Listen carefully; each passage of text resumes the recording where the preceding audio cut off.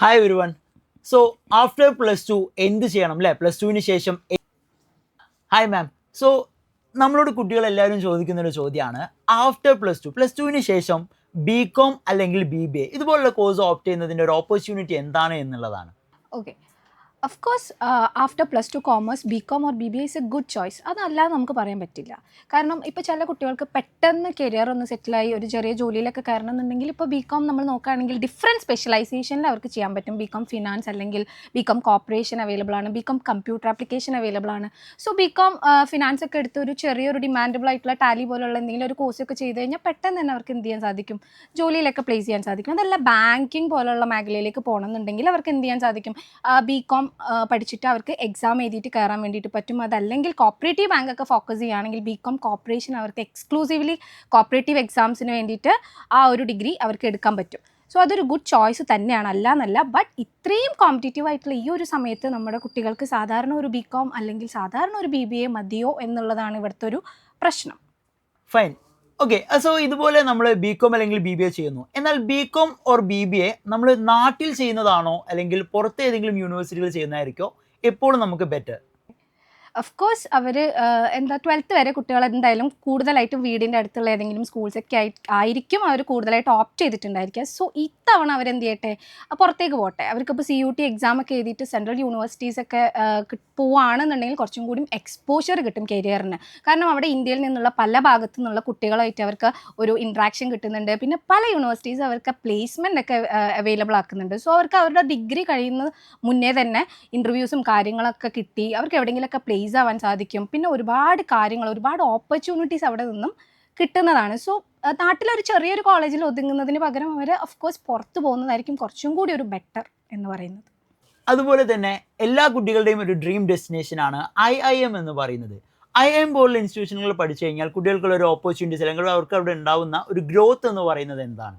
Yes. So നമുക്ക് ആദ്യം തന്നെ ജനറലായിട്ട് IIM പറ്റിയിട്ട് പറയാം അല്ലേ. IIM അല്ലെങ്കിൽ ഇന്ത്യൻ ഇൻസ്റ്റിറ്റ്യൂട്ട് ഓഫ് മാനേജ്മെൻറ്റ്. നമുക്കറിയാം ഇന്ത്യയിലെ തന്നെ ഏറ്റവും പ്രീമിയം ഇൻസ്റ്റിറ്റ്യൂട്ട്സുകളാണ് നമ്മുടെ IIM, അതുപോലെ തന്നെ IITs ഒക്കെ. സോ ഇവിടെ പ്ലേസ് ആവുന്ന കുട്ടികൾ അല്ലെങ്കിൽ IIM പ്രോഡക്ട്സ് എന്നൊക്കെ പറഞ്ഞാൽ അത്രയും ക്വാളിറ്റീസ് ഉള്ള ആൾക്കാരായിട്ടാണ് അവരെ കാണുന്നുണ്ടായിരിക്കും. അവർ അവിടെ നിന്നാണ് കഴിഞ്ഞ് വരുന്നതെന്നുണ്ടെങ്കിൽ ലോകത്തിൽ എവിടെയുള്ള MNCസും അവരെന്ത് ചെയ്യാണ്, കുത്തി കൊണ്ടുപോകാൻ വേണ്ടിയിട്ട് റെഡിയാണ്. അപ്പോൾ നമ്മൾ ഇന്ത്യയിലേക്ക് നോക്കുകയാണെങ്കിൽ ഇന്ത്യയിലുടനീളം നമുക്കൊരു 21 IIMs ആണ് ഉള്ളത്. സോ അതിലെ റാങ്കിങ് ലിസ്റ്റ് നമ്മൾ നോക്കുകയാണെങ്കിൽ നമുക്കും ഒരു IIM ഉണ്ട്, ലൈക്ക് IIMK, അതായത് IIM കോഴിക്കോട് വരുന്നത് 3ാമത്തെ റാങ്കാണ്. സോ അവിടെ പഠിച്ചിറങ്ങുക എന്ന് പറഞ്ഞിട്ടുണ്ടെങ്കിൽ ആ കുട്ടിക്ക് അതിൻ്റെ കരിയറിൽ കിട്ടുന്ന ഏറ്റവും ബെസ്റ്റ് ഒരു ചോയ്സ് ആണ് എന്നുള്ളത് നമുക്ക് ഉറപ്പിക്കാം. സാധാരണ രീതിയിലായി ഡിഗ്രി കഴിഞ്ഞ കുട്ടികളാണ് IIM പോലുള്ള ഇൻസ്റ്റിറ്റ്യൂഷൻ ജോയിൻ ചെയ്യാറുള്ളത്.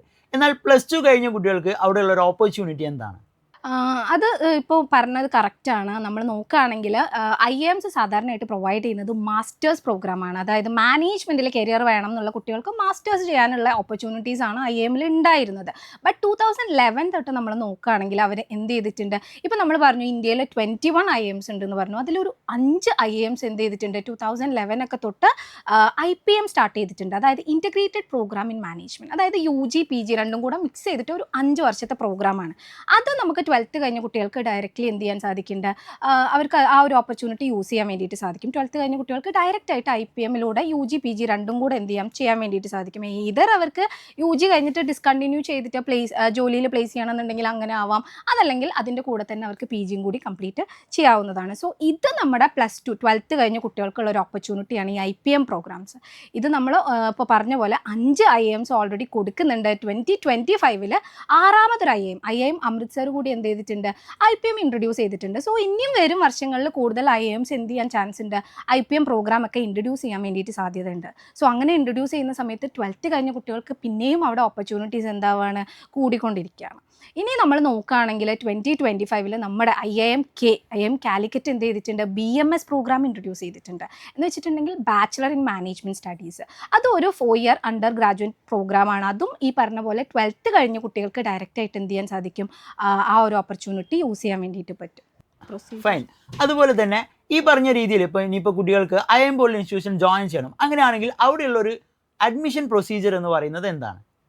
ഓക്കെ. സോ നമ്മളിപ്പോൾ 12th കഴിഞ്ഞ കുട്ടികൾക്ക് IPM അല്ലെങ്കിൽ BMS എടുത്തിട്ട് അവർക്ക് ജോയിൻ ചെയ്യാമെന്ന് നമ്മൾ പറഞ്ഞു. അതിനവർ ചെയ്യേണ്ടത് എന്താണെന്ന് വെച്ചിട്ടുണ്ടെങ്കിൽ അവർ എൻട്രൻസ് ടെസ്റ്റുകളുണ്ട് അവർക്ക്. അതായത് ഇപ്പോൾ IP MAT, JIP MAT, IIM aptitude test, ഇത്തരത്തിലുള്ള എൻട്രൻസ് ടെസ്റ്റുകൾ അവരെന്ത് ചെയ്യുക, കറക്റ്റായിട്ടുള്ള ആപ്ലിക്കേഷൻ ടൈമിൽ അപ്ലൈ ചെയ്തിട്ട് അത് എഴുതുക. ആ എൻട്രൻസ് ടെസ്റ്റ് കഴിഞ്ഞ് കഴിഞ്ഞാൽ അവർക്ക് ഒരു പേഴ്സണലൈസ്ഡ് ഇൻ്റർവ്യൂ കൂടി ഉണ്ടായിരിക്കും. ഇത് രണ്ടും കഴിഞ്ഞതിന് ശേഷം മാത്രമേ അവർക്ക് എന്ത് ചെയ്യാൻ സാധിക്കുള്ളൂ, പ്ലേസ് ആവാൻ വേണ്ടിയിട്ട് പറ്റുള്ളൂ. പിന്നെ ഈ എൻട്രൻസ് ടെസ്റ്റിൽ എന്താ ഉണ്ടാവുക, ക്വസ്റ്റ്യൻസ് ഏത് മോഡലാണ് ഉണ്ടാവുക എന്ന് ചോദിച്ചിട്ടുണ്ടെങ്കിൽ ഇപ്പോൾ ക്വാണ്ടിറ്റേറ്റീവ് ആപ്റ്റിറ്റ്യൂഡ് ടെസ്റ്റുകൾ ഉണ്ടായിരിക്കും, അതുപോലെ ഡാറ്റ ഇൻ്റർപ്രിട്ടേഷൻ ഉണ്ടായിരിക്കും, അതുപോലെ റീസണിങ്, അങ്ങനത്തെ കുറച്ച് ജനറൽ ആയിട്ടുള്ള ക്വസ്റ്റ്യൻസ് ആയിരിക്കും ഉണ്ടായിരിക്കുക. സോ സിമ്പിളാണ് പ്രൊസീജിയർ എന്ന് നമുക്ക് പറയാൻ പറ്റില്ല. ഈ എൻട്രൻസ് ടെസ്റ്റ് അതുപോലെ തന്നെ ഒരു ഇൻ്റർവ്യൂ കഴിഞ്ഞ് കഴിഞ്ഞാൽ പ്ലേസ് ആവുമെന്ന് പറഞ്ഞാൽ നമ്മൾ പറഞ്ഞു ഓൾറെഡി ഇന്ത്യയിലെ ഏറ്റവും പ്രീമിയം ആയിട്ടുള്ള ഇൻസ്റ്റിറ്റ്യൂട്ടാണ്. ഇന്ത്യയിലുടനീളം പല ഭാഗത്തിൽ നിന്നുള്ള കുട്ടികളും ഉണ്ടായിരിക്കും. സോ അതിൻ്റേതായിട്ടുള്ള കോമ്പറ്റീഷൻ ഉണ്ട്. സോ സീരിയസ്നെസ്സിൽ തന്നെ എന്ത് ചെയ്യുക, ഈ എക്സാമും ഇൻ്റർവ്യൂ ഒക്കെ കണ്ട് അങ്ങനെ തന്നെ എടുത്ത് അതിനുവേണ്ടി പ്രിപ്പയർ ചെയ്യുന്ന കുട്ടികൾക്ക് തീർച്ചയായിട്ടും എന്ത് ചെയ്യാൻ പറ്റും, അവിടെ പ്ലേസ് ആവാൻ പറ്റുന്നതാണ്. IIM പോലുള്ള ഇൻസ്റ്റിറ്റ്യൂഷനിൽ ജോയിൻ ചെയ്യുന്ന സമയത്ത് എന്താണ് അവിടുത്തെ ഒരു ഫീസ് സ്ട്രക്ചർ എന്ന് പറയുന്നത്? കുട്ടികൾക്ക് വരുന്ന നെക്സ്റ്റ് ഒരു പ്രശ്നം എന്ന് പറഞ്ഞിട്ടുണ്ടെങ്കിൽ, ഓക്കെ നമ്മൾ എൻട്രൻസ് ടെസ്റ്റ് ഒക്കെ എഴുതി അതുപോലെ തന്നെ ഇൻ്റർവ്യൂ ഒക്കെ പാസ്സായിട്ടല്ലേ വരുന്നത്, അപ്പോൾ പിന്നെ ഫീസ് ഉണ്ടാവില്ലല്ലോ എന്നുള്ള ഒരു ഡൗട്ട് ഉണ്ടായിരിക്കും. ബട്ട് അങ്ങനെയല്ല, നമ്മൾ പറഞ്ഞു ഇന്ത്യയിലെ ഏറ്റവും പ്രീമിയം ആയിട്ടുള്ള ഇൻസ്റ്റിറ്റ്യൂട്ടാണ് നമ്മൾ ഫോക്കസ് ചെയ്യുന്നത്.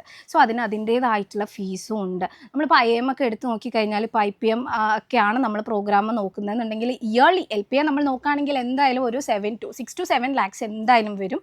സോ നമ്മൾ അവിടെ നിന്നൊരു UG അല്ലെങ്കിൽ UG PG പ്രോഗ്രാം കഴിഞ്ഞിറങ്ങുമ്പോഴത്തേക്ക് എന്തായാലും അറൗണ്ട് ഒരു 40 to 45 lakhs വരും. പക്ഷേ നമ്മൾ എന്ത് ചെയ്യരുത്, IIM പോലുള്ളൊരു സ്ഥലത്ത് നമ്മൾ പ്ലേസ് ആവുന്ന സമയത്ത് നമ്മൾ ഒരിക്കലും അതിൻ്റെ ഫീസ് ഫോക്കസ് ചെയ്യരുത്. കാരണം അവിടെ നമ്മൾ പ്ലേസ് ആയി കഴിഞ്ഞാൽ നമ്മളെ ഫൈനാൻസ് ചെയ്യാൻ വേണ്ടിയിട്ട് ആൾക്കാർ ഇങ്ങോട്ട് വരും. നമ്മൾ അവിടെ നിന്ന് പഠിച്ചിറങ്ങി കഴിഞ്ഞാലും നമുക്ക് സ്റ്റാർട്ടിങ് സാലറി തന്നെ ഏറ്റവും ബെസ്റ്റ് ആയിരിക്കും. വേൾഡിലെ ഏത് ബെസ്റ്റ് ആയിട്ടുള്ള MNCസിലും നമുക്ക് എന്ത് ചെയ്യാൻ സാധിക്കും, പ്ലേസ് ചെയ്യാനും പറ്റും. സോ ഫൈനാൻസ് ഒരു പ്രശ്നമായിട്ട് ഒരു കുട്ടിയും എന്ത് ചെയ്യാൻ പാടില്ല, IIM പോലെയുള്ള സ്ഥാപനങ്ങളിൽ നിന്നും പിന്നോട്ട്, അല്ലെങ്കിൽ അത്തരത്തിലുള്ള ഒരു സ്വപ്നത്തിൽ നിന്ന് പിന്നോട്ട് വരാൻ പാടില്ല എന്നുള്ളത്. സോ മാം ഇന്ന് നമുക്കിവിടെ ഡിസ്കസ് ചെയ്ത് തന്നിട്ടുള്ളത് ആഫ്റ്റർ +2 നമ്മൾ ഡിഗ്രി ചെയ്യുന്നതോടൊപ്പം തന്നെ ഈ IIM പോലുള്ള ഇൻസ്റ്റിറ്റ്യൂഷൻ ജോയിൻ ചെയ്യുന്ന സമയത്ത് അല്ലെങ്കിൽ ഇതുപോലുള്ള ഇൻസ്റ്റിറ്റ്യൂഷനിൽ നമുക്ക് ഉണ്ടാകുന്ന ഗ്രോത്ത് ഓപ്പർച്യൂണിറ്റീസ് എന്തൊക്കെയാണ്, അവിടെ അഡ്മിഷൻ പ്രൊസീജിയർ എന്താണ് പോലുള്ള വാല്യുബിൾ ആയിട്ടുള്ള ഇൻഫർമേഷൻ ആണ് മാം ഇന്ന് നമുക്ക് തന്നിട്ടുള്ളത്. So thank you so much.